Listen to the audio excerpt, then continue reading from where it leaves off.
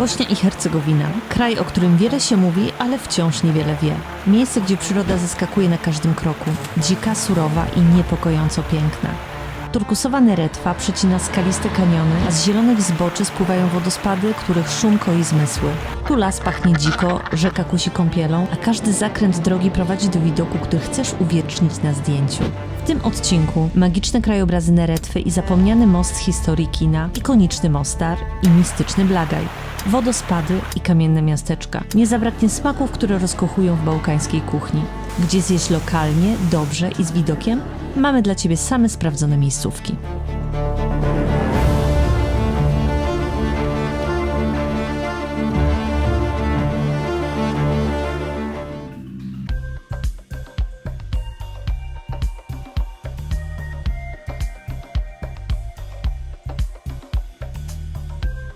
Jesteśmy w Konicu, czyli miasteczku, o którym sami mieszkańcy mówią, że jest literką I pomiędzy Bośnią i Hercegowiną. Dlatego, bo jest taką bramą wjazdową, kiedy jedzie się z Bośni do Hercegowiny lub z Hercegowiny do Bośni. Co znaczy w ogóle Hercegowina? To jest po prostu ziemia hercoga, czyli ziemia księcia feudalnego, który władał tymi terenami. Jeśli chodzi o miasteczko Konic, no to zdecydowanie ma ono takie tradycje osmańskie, co widać w zabudowie. Niestety nie są to oryginalne zabudowania, a zrekonstruowane po wojnie bałkańskiej, bo to tutaj przebiegał front i miasteczko bardzo często było ostrzeliwane. Jest też most turecki, który też nie jest wprawdzie oryginalny, bo został zniszczony podczas II wojny światowej, ale na ten moment jest zrekonstruowany i ma się świetnie i jest takim symbolem miasta.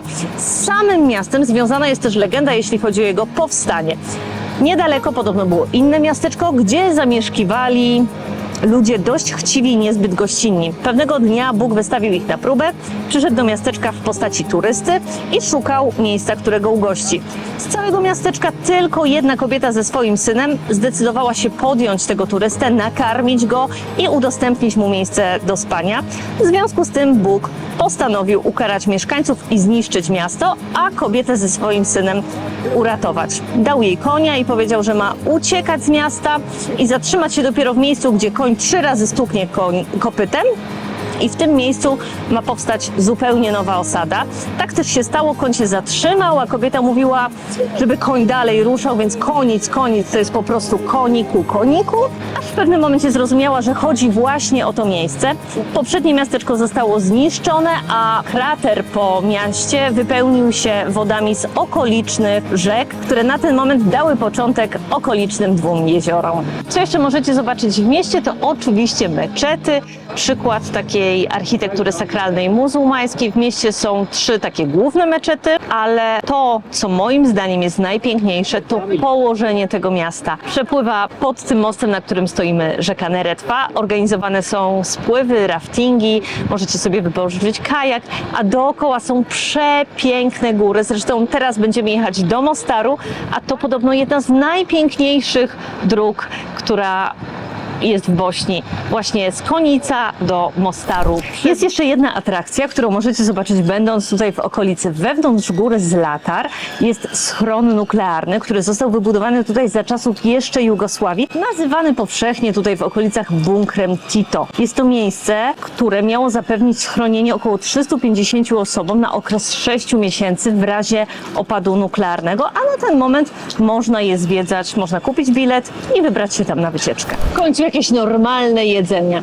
Powiem Wam szczerze, że wegetarianie albo weganie to już w ogóle mają przerąbane w tej Bośni. Tutaj kuchnia jest taka typowo mięsna, ale na szczęście są też jeziora i rzeki, a w nich oczywiście pyszne ryby. Wjeżdżając z miejscowości Konic, zaczęliśmy szukać miejsca na obiad.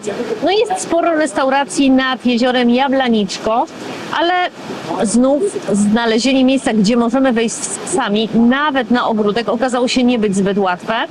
Po prostu nie i koniec. Natomiast trafiliśmy do restauracji trochę oddalonej od jeziora, ale położonej nad strumieniem, bardzo przyjemnej. Nazywa się Pecina, czyli chyba po prostu ryba i mają tutaj pstrągi świeże, złowione. Obsługa jest bardzo miła, psy im nie przeszkadzają, więc bajka. Rachunek wyszedł 53 marki, uwierzcie mi, było przepysznie. To, co nas zastanowiło, jak wchodziliśmy tutaj, to informacja, że wejście kosztuje 3 marki. Powiedzieliśmy tak, wejście do restauracji dziwne, ale to nie chodzi o wejście do restauracji, bo kawałek dalej jest taka grota, jaskinia i wodospad, z którego właśnie podbierają wodę do hodowli tutaj pstrągów. Miejsce naprawdę bajka, polecamy.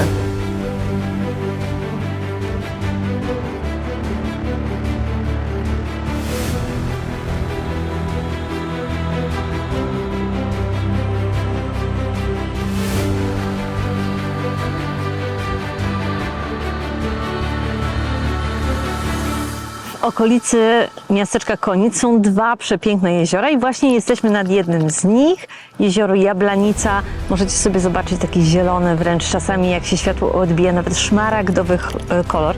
Miejsce po prostu idealne do odpoczynku i funkcjonują tutaj takie plaże, beach bary, ale wyobraźcie sobie, że w tym roku wody jest zdecydowanie mniej niż w zeszłych sezonach, dlatego sezon będzie trochę później, bo trwają prace, które mają przystosować właśnie tutaj nadbrzeże do fajnego wypoczynku. Tak naprawdę woda powinna sięgać do murków, a jest znacznie poniżej.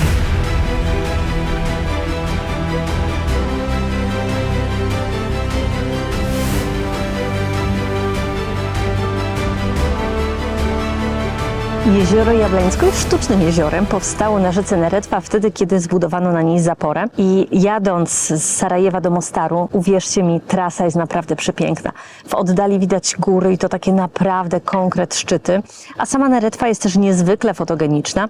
Do tego stopnia, że wykorzystywana była jako plan filmowy dla niejednego filmu. Taki najbardziej znany to Bitwa pod Neretwą. To jugosławiańska produkcja, która była z rozmachem, naprawdę zrealizowana z rozmachem. Do tego stopnia, że wyobraźcie sobie, że wybudowano most kolejowy, który następnie wysadzono, a resztki stoją do dzisiaj i służą jako atrakcja turystyczna wraz z pociągiem parowym.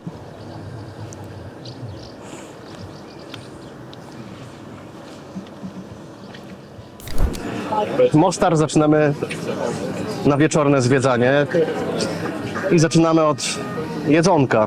Dołączył nas jeszcze kolega z Chorwacji na małe wieczorne spotkanko i wybraliśmy restaurację Tima Irma, jedna z popularniejszych restauracji w ogóle w Mostarze.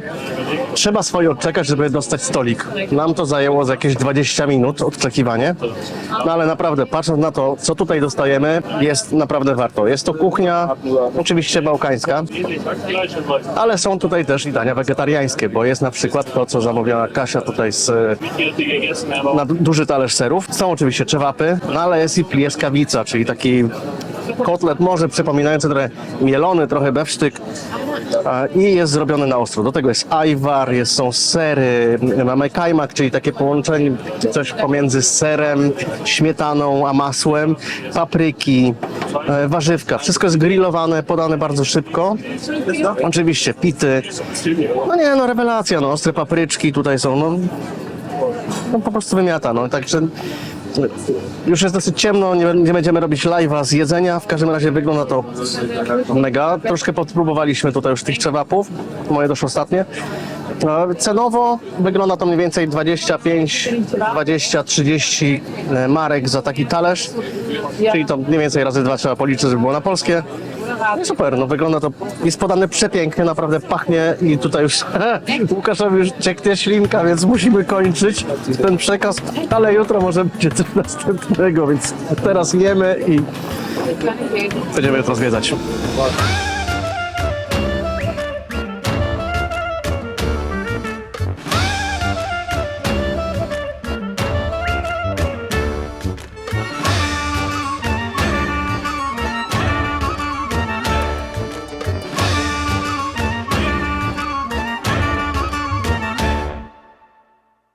Tak jak wieczór zakończyliśmy tradycyjną kuchnią bośniacką w Tima Irma, tak dzień zaczynamy od śniadania w lokalu, który nazywa się Urban Taste of Orient.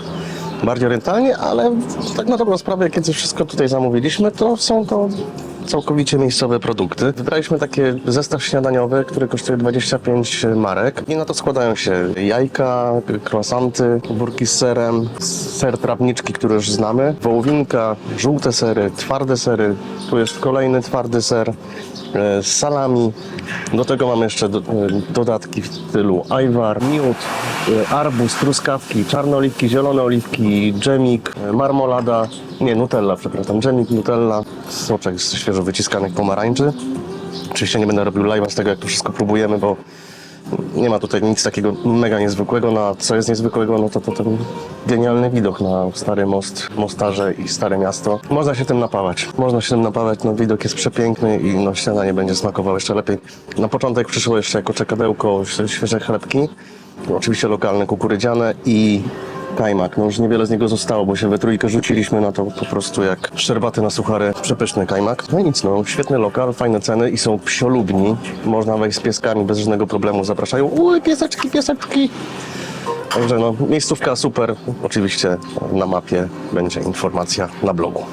Jeśli chodzi o różne miasta w Bośni i Hercegowinie, to nie ma chyba osoby, która nie znałaby przynajmniej z widokówek, opowieści albo zdjęć miasta Mostar ze słynnym Starym Mostem. I powiem wam, Mostar jest jednym z najpiękniejszych miast w Bośni i Hercegowinie, więc zdecydowanie trzeba tutaj przyjechać. Jest stolicą Hercegowiny, jeśli chodzi o ścisłość, i samo miasto zostało założone w XV wieku przez Osmanów. I tutaj tą tureckość widać na każdym kroku. Stary bazar, tureckie domy, kamienice. Historia faktycznie pokazuje nam, że tutaj panowali Turcy, a nazwa Mostar pochodzi prawdopodobnie od Mostari, czyli od strażników mostu. Jeśli chodzi o jego najcenniejszy zabytek, no to oczywiście znany z każdej widokówki z Mostaru, Stary Most.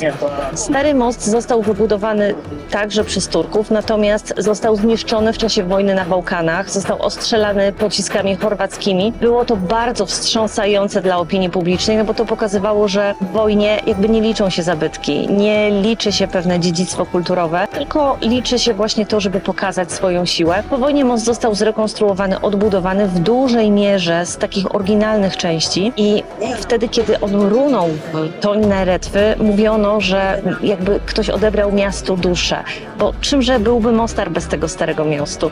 Na ten moment na szczęście most nadal stoi i został wpisany na listę Światowego Dziedzictwa UNESCO. Co można robić w Mostarze? W Mostarze przede wszystkim trzeba chłonąć atmosferę miasta, przechadzać się po starym tureckim bazarze, gdzie znajdziecie mnóstwo rękodzieła i naprawdę bardzo fajnych pamiątek. Jest dużo restauracji z pięknymi widokami i z bardzo dobrym jedzeniem. I muszę wam powiedzieć, że kiedy wczoraj spacerowaliśmy tutaj wieczorem, to był naprawdę bardzo przyjemny spacer. Dzisiaj jest tutaj już pełno ludzi, dlatego, bo przyjeżdżają tutaj wycieczki nie tylko jakby z samej Bośni i Hercegowiny, ale także z Chorwacji czy z Czarnogóry, więc czym później, tym turystów jest znacznie więcej i jest to po prostu męczące, więc ja osobiście polecałabym wam, żeby wybrać się tutaj do Mostaru przynajmniej na jedną noc. I jeszcze z takich rad, które myślę, że warto wziąć pod uwagę, to buty. Pamiętajcie, że te uliczki są takie brukowane, w związku z tym kamienie są mocno wyślizgane, więc japonki może nie będą najlepszym pomysłem, żeby wam się wygodnie zwiedzało. Jeśli mielibyście wybrać w całej Bośni jedno miejsce, gdzie kupicie sobie pamiątki, to ja obstawiałabym Mostar. Oczywiście jak w każdym turystycznym mieście jest mnóstwo kiczu. No wiadomo, to jest po prostu tego typu miejsce. Ale jest też bardzo dużo naprawdę artystycznych, fajnych rzeczy, rękodzieła, więc to jest dobre miejsce na zakupy.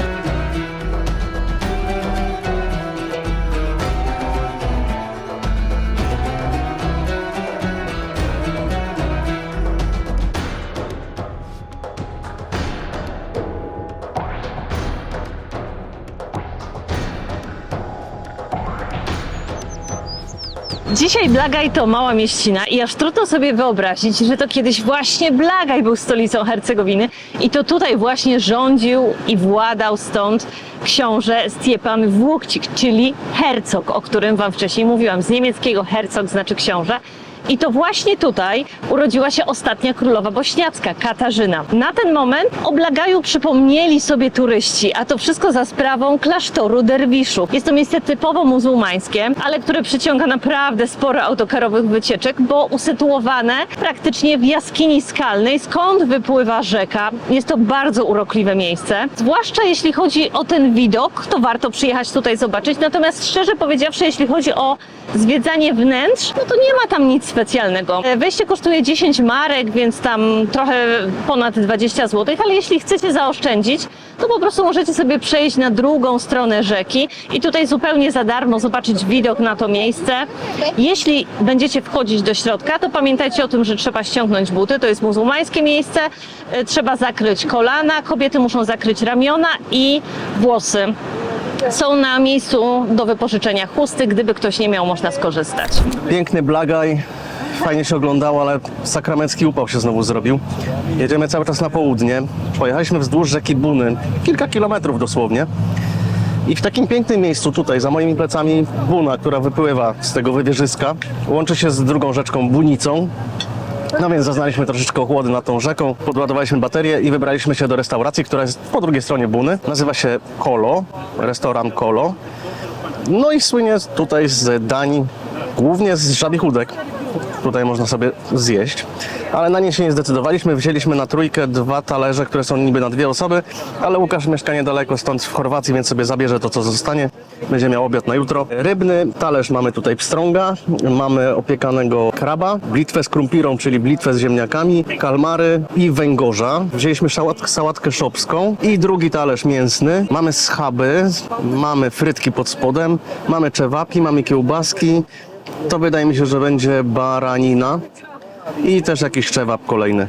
No jest co pojeść i Łukasz będzie miał ze 2 obiady, tak coś sądzę, bo nie pojemy tego dużo. No miejsce, okolica, bardzo fajna. W Blagaju, pod skałą, gdzie jest klasztor derwiszy, Buna zaczyna swój bieg i biegnie tak sobie 9 kilometrów aż do tego miejsca, kiedy wpada do Neretwy. I możecie zobaczyć, że Buna jest wyżej, Neretwa jest niżej i to tworzy piękny spektakl, kaskady wodospadów. Robi to niesamowite wrażenie. Rzeka, jak to rzeka górska, jest wartka i no powiem wam, chyba nie chciałabym wpaść do tej wody, bo nie dość, że zimna, ten prąd jest naprawdę konkretny, ale wygląda to absolutnie przepięknie. Niedaleko stąd Neretwa wpada już do Morza Śródziemnego, a tutaj jest całkiem fajne miejsce, żeby zaparkować samochód i przyjrzeć się trochę temu, co się tutaj dzieje. I ja osobiście uważam, że to, co Bośnia ma najlepsze, to jest natura. Naprawdę natura jest tutaj niesamowita i właśnie po to warto tutaj przyjeżdżać.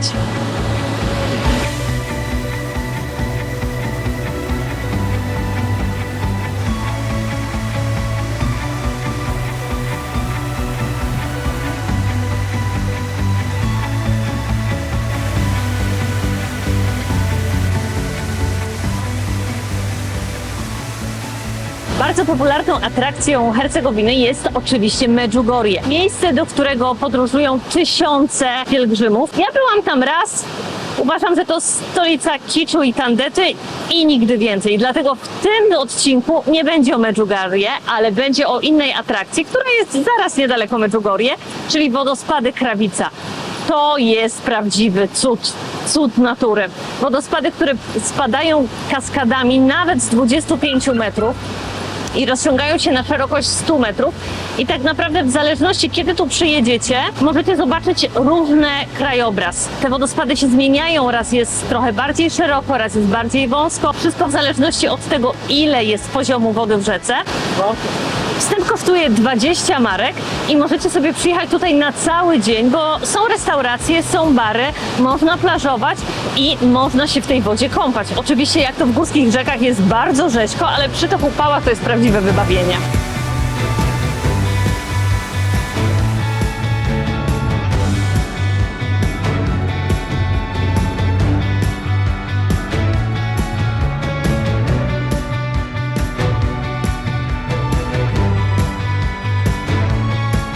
Kolejny przystanek na naszej trasie to miejscowość Pocitelli o zachodzie słońca. Przepiękna miejscowość, którą na pewno zobaczycie jadąc trasą między Mostarem, a na przykład wodospadami, gdzie byliśmy przed chwilą. Po lewej stronie zobaczycie miasteczko, które wyraźnie góruje nad szosą, a po drugiej stronie szosy będziecie mieli Neretwę. To, co od razu rzuca się w oczy, to ruiny średniowiecznej twierdzy. Twierdzę zbudowali podobno piraci, którzy odpoczywali tutaj po swoich śródziemnomorskich rejsach. Potem miasto przeszło pod panowanie osmańskie i to właśnie Turcy odpowiadają za ten kształt miasta i za tą architekturę. A co tutaj jest? No oczywiście wszystko to, co w takim osmańskim mieście być powinno. Czyli jest meczet, była szkoła koraniczna, były nawet łaźnie i charakterystyczne domy, które są właśnie kryte taką szarą dachówką, czyli możecie pomyśleć, że trochę tak jak w Giocastrze na przykład, bo to taki podobny styl. Miasteczko jest naprawdę bardzo, bardzo urokliwe i zdecydowanie warto tutaj przyjechać, zwłaszcza tak jak teraz, o zachodzie słońca, kiedy nie ma już wycieczek i kiedy można mieć całą twierdzę tylko dla siebie. Pomimo tego, że miasto zostało dość mocno zniszczone w czasie wojny bałkańskiej, to zostało zrekonstruowane i na ten moment naprawdę potrafi zachwycić. Noc spędziliśmy w miejscowości Stolac, bardzo przyjemna mieścinka, chociaż malutka, ma zaledwie 4000 mieszkańców. Zamieszkują ją Chorwaci i Bośniacy, czyli bośniaccy muzułmanie. Kilka ulic, dosłownie parę restauracji, kawiarni, ale i tak byłam zaskoczona, że jak na tak malutką mieścinkę, no to tych lokali gastronomicznych jest całkiem sporo. My spędziliśmy noc w starym, poosmańskim domu. Klimat był bardzo fajny. W ogóle super doświadczenie. Kiedy szukałam noclegu, to w tej miejscowości wyskoczyło mi chyba 14 albo 15. Jak dałam filtr, żeby można było przyjechać z psem, to z tych 14 zrobiło się 2. Jeden za prawie 900 zł, drugi za 148, więc no nie muszę Wam mówić, że wybór jest oczywisty. Wiadomo, że wzięliśmy ten za 148 i to był właśnie tamten domek. Tędy sobie przepływa rzeka, w której pływa mnóstwo pstrągów. Naprawdę, można sobie przyjść do centrum miasta, wziąć taką siatkę, sieć na ryby i wyłowić pstrąga i go wrzucić na grilla. Były gęsi, które budziły nas już z samego rana. Te gęsi chyba też tutaj mieszkają, bo cały czas się kręcą tutaj koło tego domku. I właśnie tutaj przed chwilą też chodziła czapla nadobna.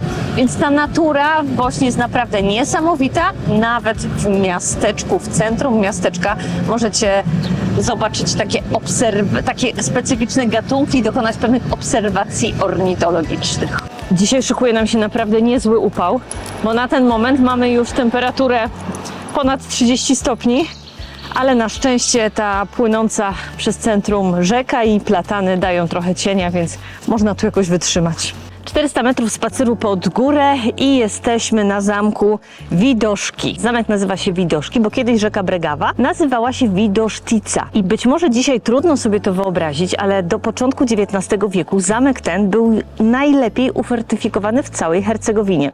Oczywiście jego historia zaczęła się od hercega, o którym Wam już trochę opowiadałam, Stjepana Wujcicza Koszica i to była jedna z jego twierdz. Natomiast potem miasto rozwijało się bardzo handlowo, przebiegały tędy szlaki do Dubrownika, mieszkali kupcy, którzy sprzedawali swoje towary nawet do Kairu podobno. Potem przyszedł czas osmański, no i oczywiście w tym czasie miasto też się rozwinęło, wybudowano tutaj meczety, hamamy i różne inne budynki użyteczności publicznej. No i oczywiście pozostawiło to ślad w architekturze, co mogliście zobaczyć w domku, w którym dzisiaj spaliśmy. A potem kolejny okres to okres austro-węgierski i budowa tej najnowszej części, która właśnie była taką jedną z nowszych fortyfikacji w całym regionie tutaj. Sporo z tej architektury osmańskiej i ślady tej muzułmańskiej kultury, religii zostało zniszczonych podczas ostatniego konfliktu w latach 90.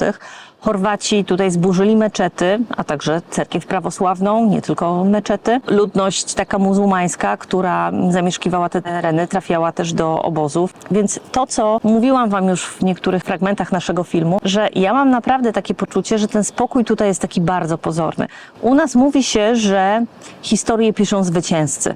Tutaj mam wrażenie, że każdy pisze swoją historię. Wyobraźcie sobie, że w Bośni i Hercegowinie jest 3 podręczniki do historii. Serbowie mają swój, Chorwaci mają swój, a Bośniacy mają swój i każdy oczywiście próbuje wybielać swój naród i obwiniać winą za ten konflikt przeciwną stronę. A Chorwaci to już w ogóle zrobili taki numer, bo oni na początku byli z Bośniakami przeciwko Serbom, wtedy kiedy wybuchł konflikt. Natomiast w trakcie tego konfliktu zmienili front i zaczęli walczyć o swoje terytorium przeciwko Bośniakom. Więc naprawdę ta historia jest bardzo, bardzo skomplikowana. Nad rzeką Bregawą w Stolacu możecie zauważyć takie charakterystyczne budowle, które wyglądają jak kamienny most, który jest kryty. Ma takie małe przęsła i można by się było zastanawiać, co to jest. To są, moi drodzy, stare osmańskie młyny. I według różnych źródeł tych młynów w Stolacu w XVIII-XVII wieku było Niektórzy mówią, że kilkadziesiąt, w niektórych źródłach podaje się, że nawet 180, chociaż znalazłam też taką informację, że 180 to było młyńskich kół, a nie samych młynów, więc trudno powiedzieć, natomiast na ten moment jest ich 12, z czego niektóre w ruinie, ale mamy kilka bardzo fajnie odrestaurowanych i właśnie w jednym z takich młynów jesteśmy, bo aktualnie mieści się tutaj restauracja, która też ma fajne oceny. My zatrzymaliśmy się tutaj tylko na kawę i soczek, bardzo przyjemnie, miła obsługa i szum wody, który spada tymi kaskadami i faktycznie widać te przęsła, w których kiedyś mieściły się właśnie koła młyńskie. I fajnie, że jest to pewnego rodzaju takie połączenie historii z teraźniejszością, no bo z jednej strony one przypominają o kulturze tego regionu, o tym, że właśnie młynarstwo było też jednym z podstawowych rzemiosł na tych terenach, a z drugiej strony mają obecnie całkiem fajne funkcje i są właśnie zaadoptowane na potrzeby teraźniejszych czasów. Ostatni punkt na naszej trasie w Bośni i Hercegowinie to miejscowość Trebinie. Miasteczko, które ma 25 000 mieszkańców i jest położone w Republice Serbskiej, czyli w tej serbskiej części Bośni i Hercegowiny.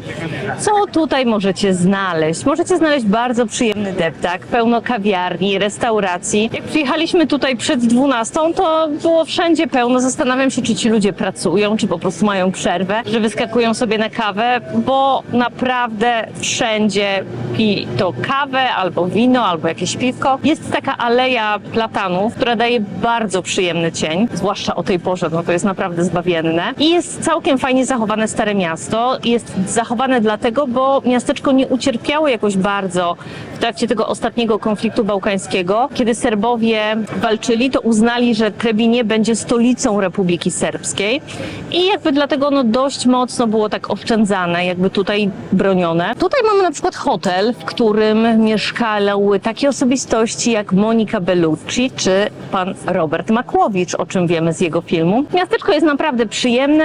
Widać od razu, że zmienia się tutaj natura, bo kiedy przejeżdżaliśmy przez Bośnię i Hercegowinę, to Bośnia jest bardzo zielona, natomiast tutaj już mamy takie góry, no góry dynarskie, takie, które znacie już z Chorwacji, więc one są już bardziej łyse.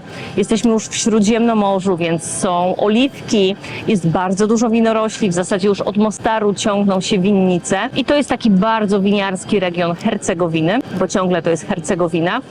Skąd w ogóle możecie jeszcze rozpoznać, że jesteście w serbskiej części, a skądże w bośniackiej czy hercegowińskiej? No, najłatwiej oczywiście rozpoznać to po flagach. Te tożsamości narodowe tutaj są ciągle bardzo silne i jak wjeżdża się do miasta, które jest położone w Republice Serbskiej, oczywiście w Bośni i Hercegowinie, to od razu rzucają się w oczy flagi, których jest bardzo dużo. Flagi Republiki Serbskiej, która tak naprawdę jest praktycznie taka sama jak flaga Serbii, tylko bez herbu, albo taka jak flaga Rosji, tylko odwrócona. Kiedy będziecie w tej części bośniacko-hercegowińskiej, no to raczej będą wisieć te ogólne flagi. Tutaj będą wisieć i jedne i drugie, ale zdecydowanie bardziej w oczy będą się rzucać te Republiki Serbskiej. Kolejna rzecz, no to język. Jeśli chodzi o ten język, to prawda jest taka, że w 75% chorwacki, serbski, bośniacki to jest ten sam język. One różnią się w zasadzie tylko i wyłącznie dialektami. Można powiedzieć, nie używając nazwy właśnie bośniacki, chorwacki czy serbski, można po prostu powiedzieć o tym, że to jest język sztokawski, chociaż to nie jest taka nazwa oficjalna, ale właśnie bierze pod uwagę te dialekty. W takich oficjalnych dokumentach ONZ-u czy Unii Europejskiej używa się skrótu BHS, czyli bośniacko-chorwacko-serbski, żeby jakby podkreślić, że one są równorzędne. Natomiast tak jak powiedziałam, to jest w zasadzie wszystko prawie jedno i to samo, chociaż w ostatnich latach powstaje coraz więcej neologizmów, bo oni jednak chcą zachować swoją tożsamość i odróżnić się jedni od drugich.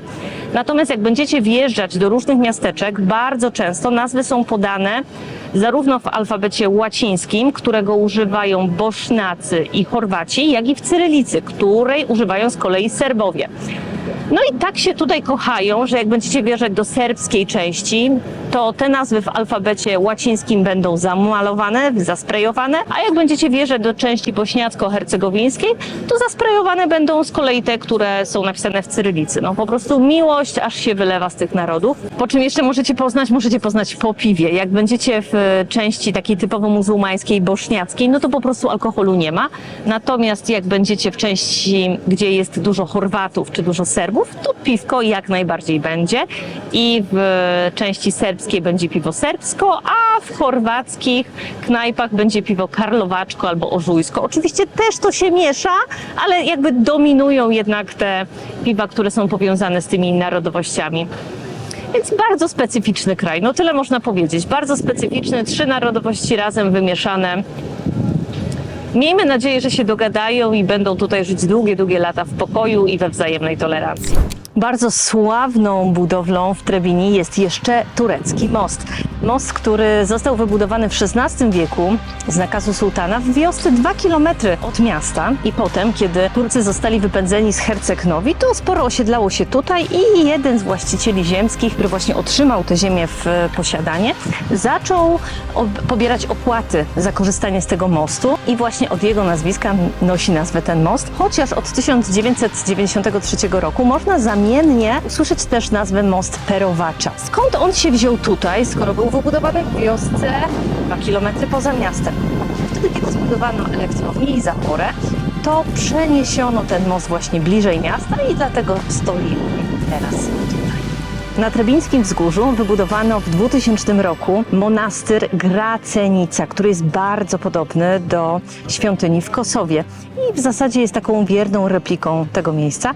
I świątynia prawosławna, oczywiście jest tutaj dużo pielgrzymów, jest małe muzeum ikon, są sklepiki z dewocjonaliami, ale jest piękny widok na miasto, więc chociażby dla widoku, nawet jeśli nie interesują Was tego typu sakralne obiekty, to przyjedźcie tutaj, żeby ponapawać się widokiem na miasto.